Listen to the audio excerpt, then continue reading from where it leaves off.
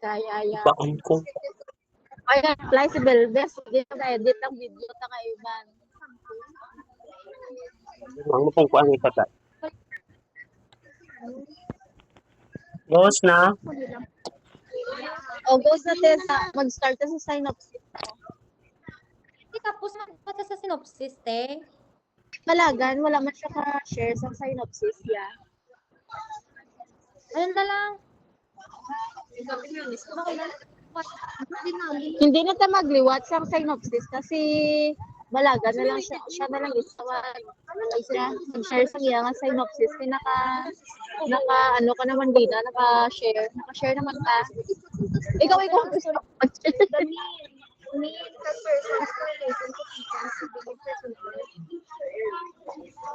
ha? Hindi ka mabatian.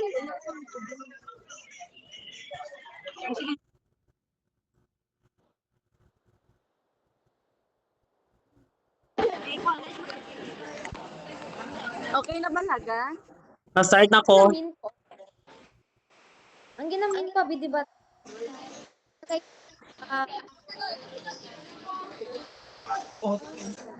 Nang Shopee ka ti. Pero ang story wala pa.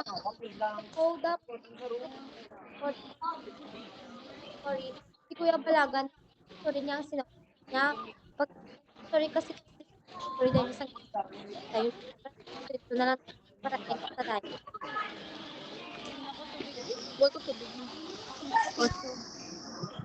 Sige na, Meg. Siya na lang ba share ka synopsis yate? Kaya wala man siya ka-share gaina sa nagtipon ta. Oh, pero Ha, hindi utod-utod boses mo te.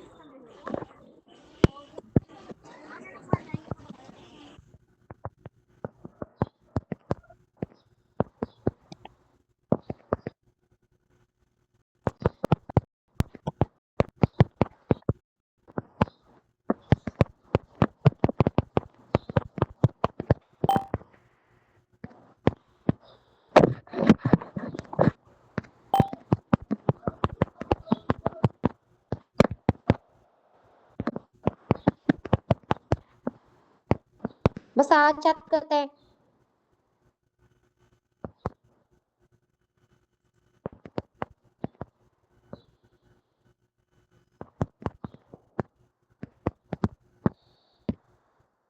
Dahil ang tawa ang chat ko sa GC.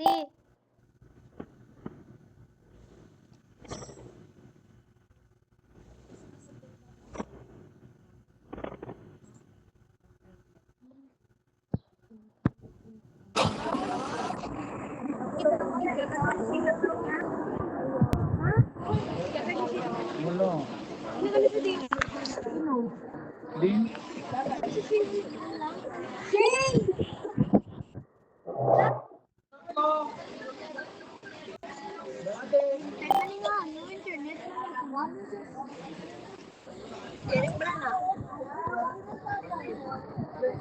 Wala ko no.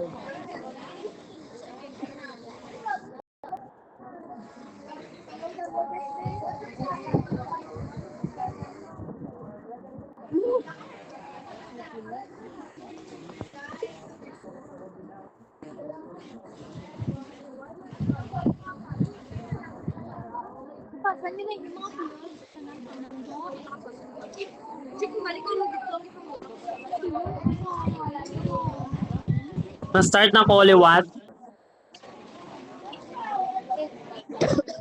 So, good afternoon. So, ang na-assign sa akon nga book is The Perks of Being a Wallflower by Stephen Chbosky. Ang libro nga ni is about siya kay Charlie. Nang siya teenager nga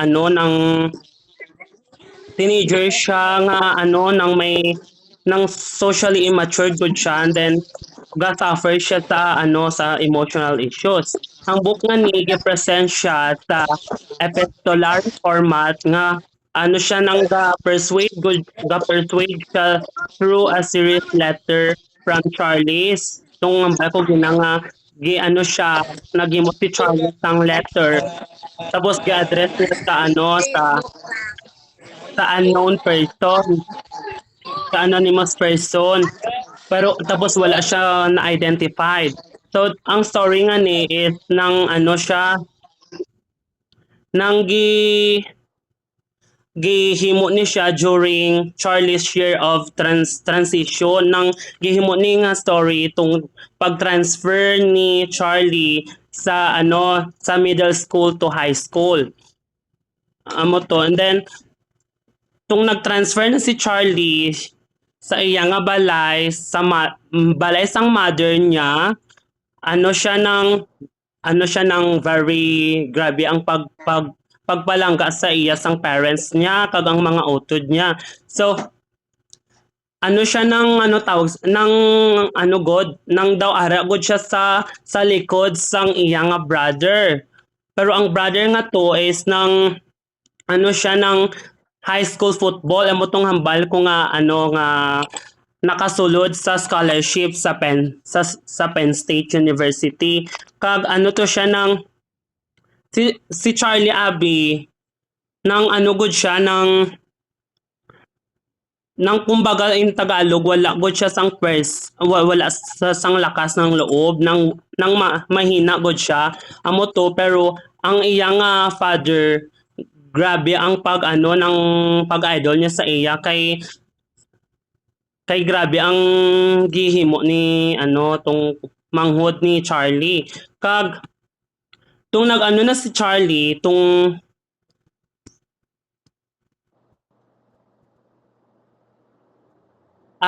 nag-ano na si Charlie ano nang ara gud sa mind niya nga grabe ang natabo sa iya nga tita which is hindi niya kaya tanggapon kay 'di ba napatay ang iya nga tita nga si Helen. Pero ang pagkaano niya to that's why napatay siya because ano siya ng grabe ang sakit which is nagamit siya sang droga kag ginabuso pero before that abi nag-transfer anay ang tita ni ano ang tita ni Charlie God girehab siya kag ano pero nung nakalaya siya ano dito siya nagstay sa balay nila Charlie pero ano nang amo to nabuo ang closure nila Charlie sa ano sa iya nga tita kag amo to grabe ang presensya nga ginapakita ni Charlie sa iya nga tita kay 'di ba ang hambal ko gina may sakit siya amo to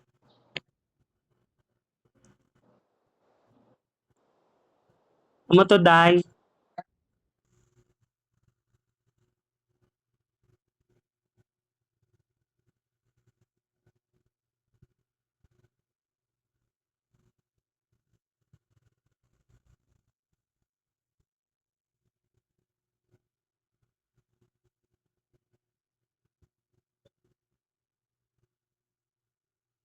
yes po.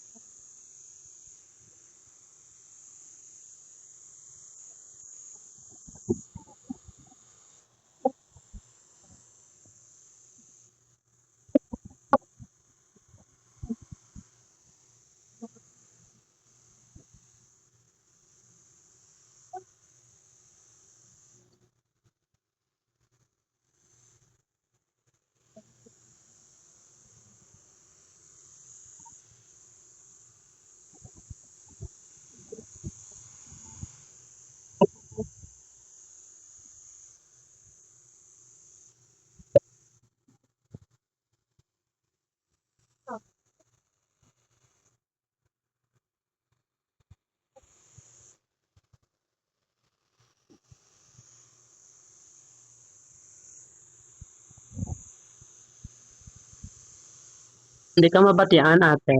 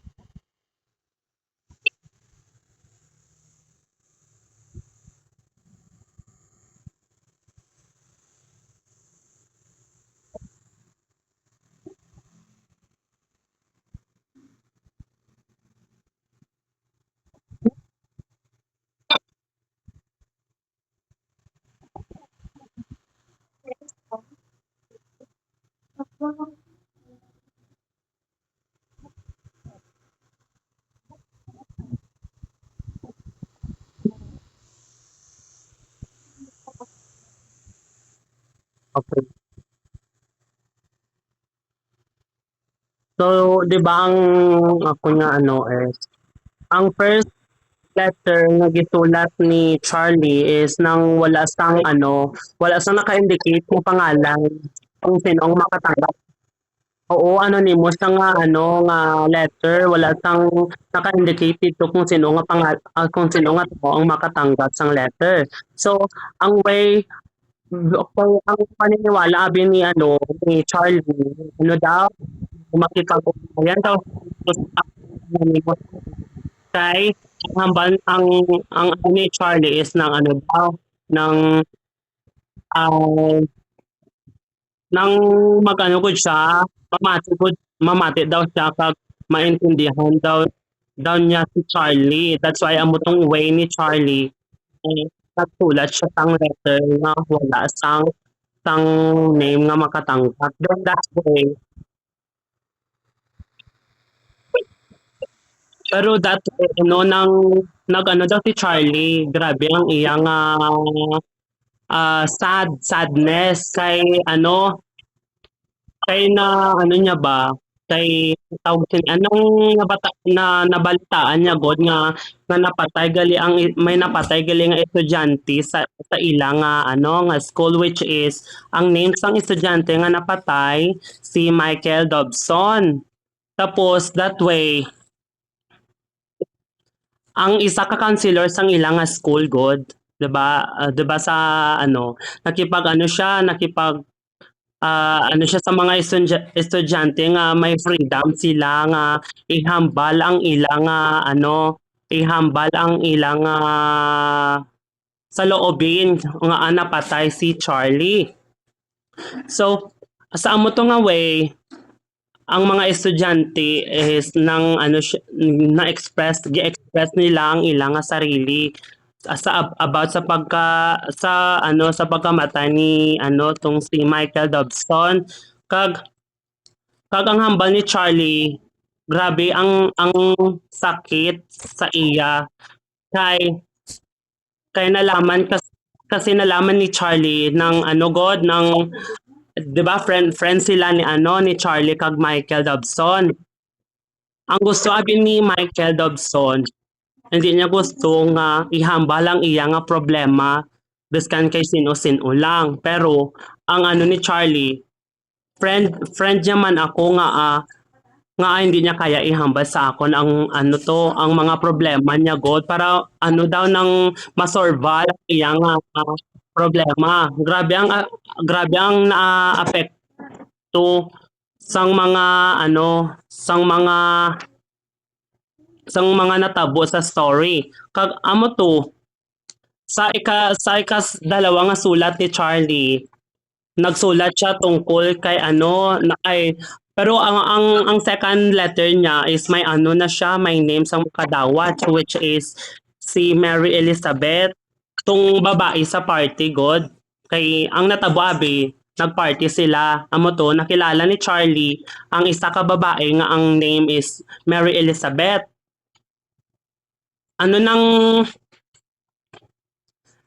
nakipagsalamuha si Charlie sa party kay 'di ba ang ako nga gina is hindi gusto ni Charlie nang may weakness siya sa sa damo nga tao. Pero that time gihimo niya gid ang best na god. Naghimo siya sang way para mabalaan nga napatay si Michael Dobson. So amo to si Patrick ng a new friend ni Charlie. Gihambal ni Patrick kay Charlie sa tungkol sa gud sa relasyon niya kay Brad, which is ang Brad nga na atong mga upod nila sa party. So dito nagkilalahanan sila kay dito sila nagkakilahanay sa mga attraction ko, 'di ba? Sa mga party, grabe ang That's why dito nagsimula nga nga may natabo sa Brad nga to kay tong kay Mary Elizabeth sa basement.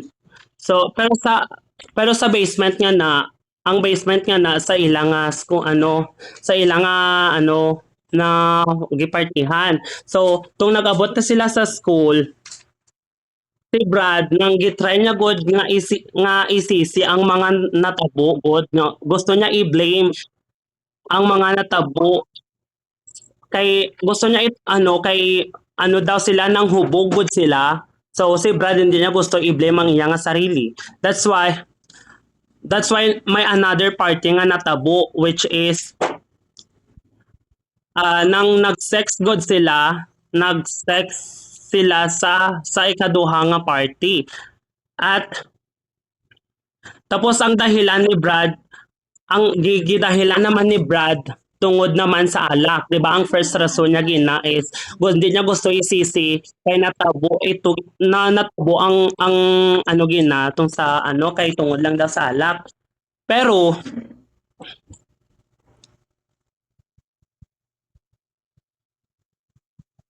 sila tapos ang pagkaaga sila si Charlie naglakat sa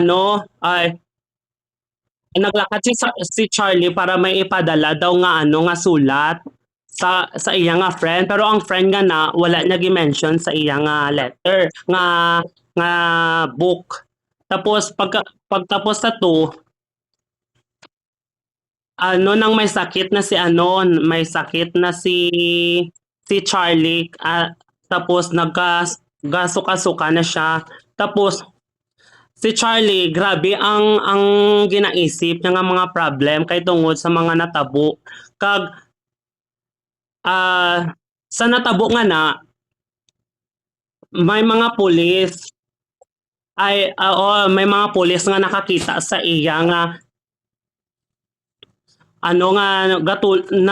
daw nang kahigda gud siya sa gawas daw mapatay na daw siya, wala na daw siya nang wala na daw siya malay. So gikuha siya sang mga magulang niya sa emergency room kay 'di ba gidala sang mga police gidala siya sa ospital ba to, oo, gidala siya dito. Tapos ang mga parents niya ni Charlie gikuha siya dito sa emergency room.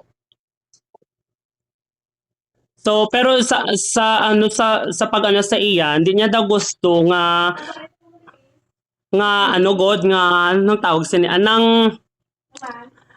nang mag-worry ang iya nga mga parents. That's why gikwento niya tanan nga natabo sa party.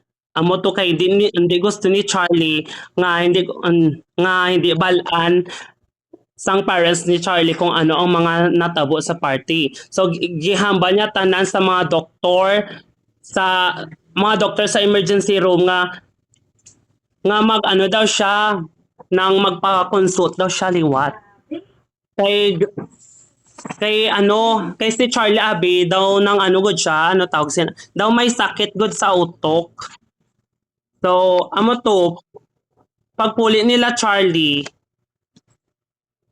naglantaw daw si Charlie naglantaw daw si Charlie sa iya nga papa kag ano kag sa kag sa mga manghod niya kay hindi daw nila kay wala daw nila napanood tong mga tong mga insidente god sa tong natabo sa story kag balaan daw ni Charlie nga takot daw ang iya nga mga magulang tungkol sa about sa sa mga kalagayan god ni sa mga kalagayan sa pag-iisip mo to. Tapos maging ang kanyang mga kapatid nang may agot nang takot nang tawag nang nahadlok sila ba tanan nga members sang pamilya niya nahadlok kay ang pamatya gabi nila kay kay Charlie is nang may sakit sa pag-iisip. So pag sa to pagbalik ni Charlie sa school nang siya nang ga-walk good siya palakat sa mga sa mga kanto sang ilang school kag that day ang utok ni Charlie is ng mga god ng mga ang mga ginahimo nila sa room like sa mga kag amo to di daw makaano si Charlie hindi daw sa amo to nga way naisip naman ni Charlie nga hindi daw siya makipaghalubilo sa mga sa mga kaibigan niya kag kag naglakad siya sa god sa mga mall daw mo kay di ba hindi niya daw gusto nga makipaghalubilo siya sa mga friends siya pero ang way niya para makaano lang is maglakat daw sa mga mall every adlaw-adlaw pagkatapos ang ilang sa mga klase kag ang ginahimo nilang sa mall is nang maglantaw daw sa mga tao dito tapos nakita niya ang isa ka bata nga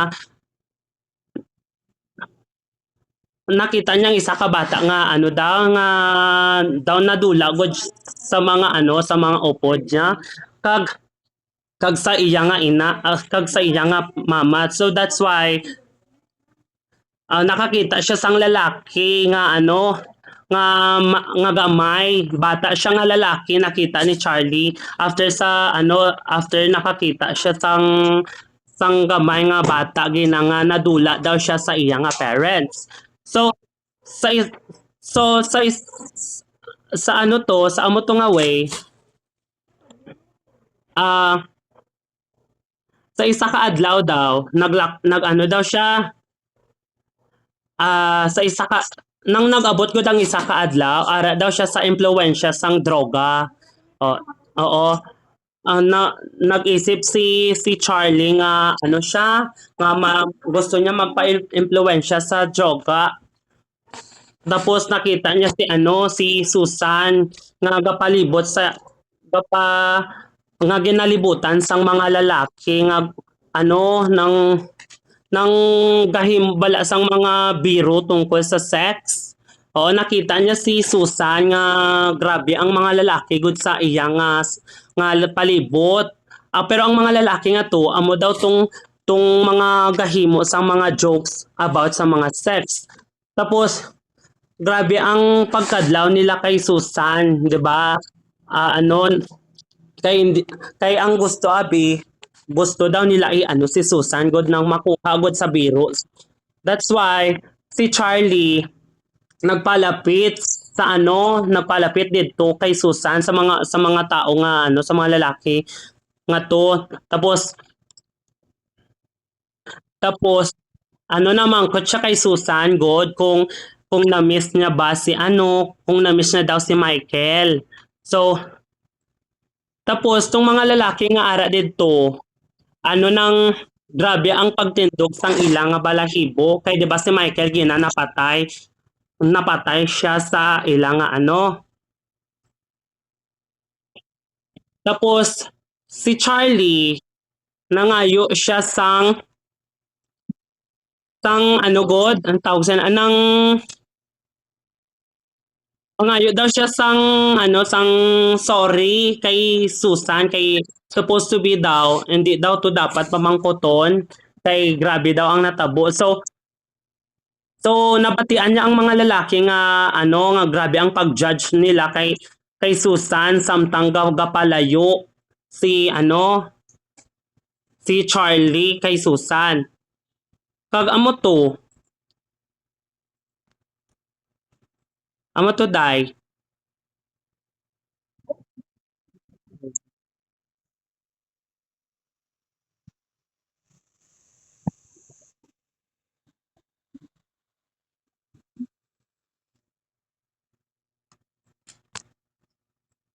Hindi ta ka mabatian day. Lord. Liwat. Sige.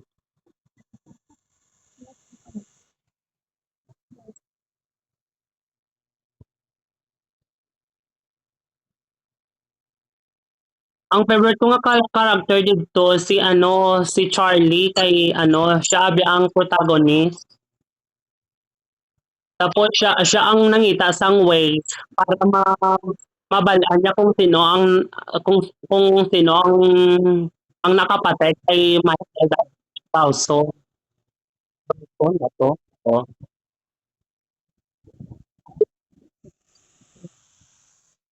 Hindi ta ka mabatian day.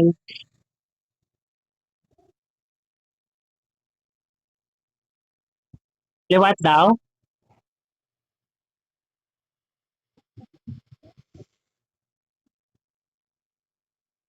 Ang surprising moment dito is, 'di ba, sabi nila gipatay si Michael. Pero ang di nila balaan is gipatay mismo ni Michael ang iya nga sarili. 'Di ba nangita away si Charlie para mabalaan niya kung sino ang nagpatay kay Michael. Pero hindi nila balaan nga gipatay gali ni Michael ang iya nga sarili.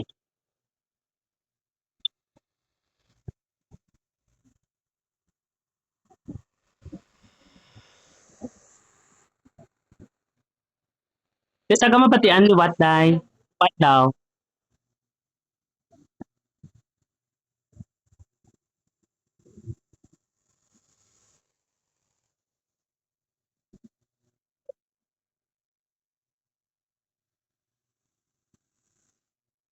Um, kung mag-ask ko sang question sa author about sa iya nga libro is ng tawag sini um,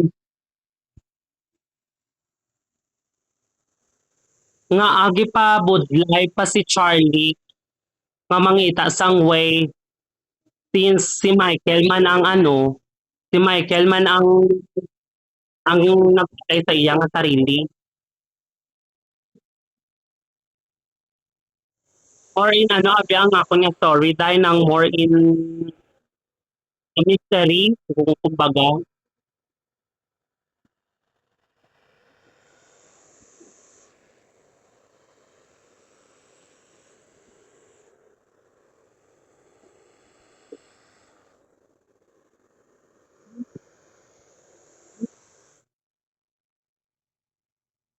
Wala na day.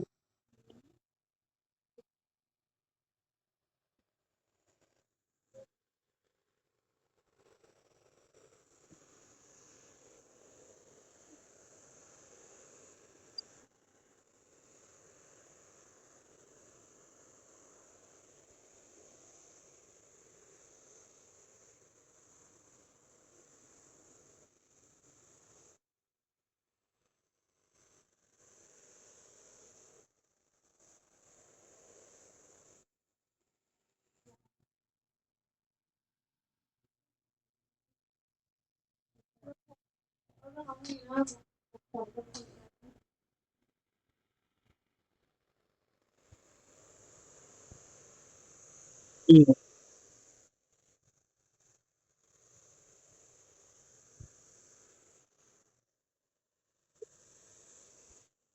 Si Kinya, basi may gusto ka pa mangkuton.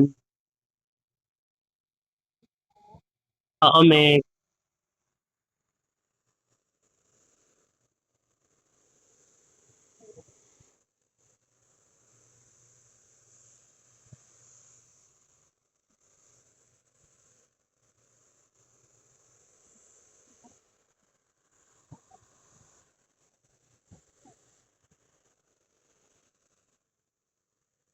So, so ang na-learn ko sa akon nga story is nang dapat wala tagapabaya sa aton nga sarili kay kung magpabaya sa sarili ta may matabo gid nga hindi naton nga gina-expect amo to that's why it is very important to us nga maging kita nga maging responsible sa mga action nga aton nga ginahimo.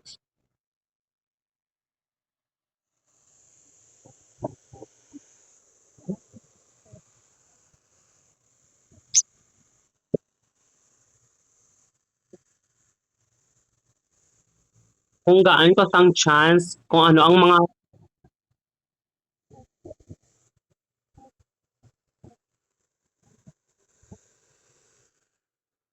ng ng nang daw hindi good ma-behind ang ang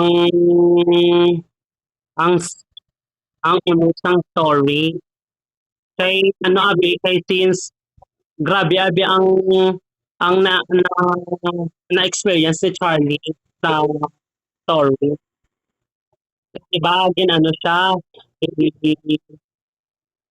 in tawag ni siya nga nang daw may sakit good daw si Charlie mutong mutong gusto ko siya isla gaan ko sang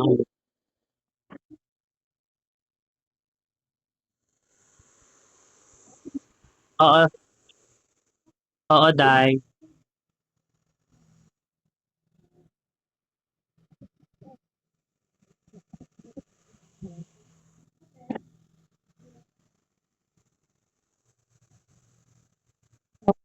Wala niya ba?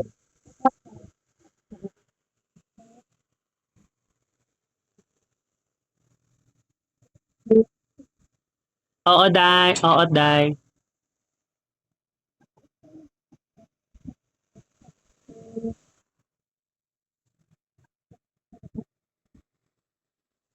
sige dai go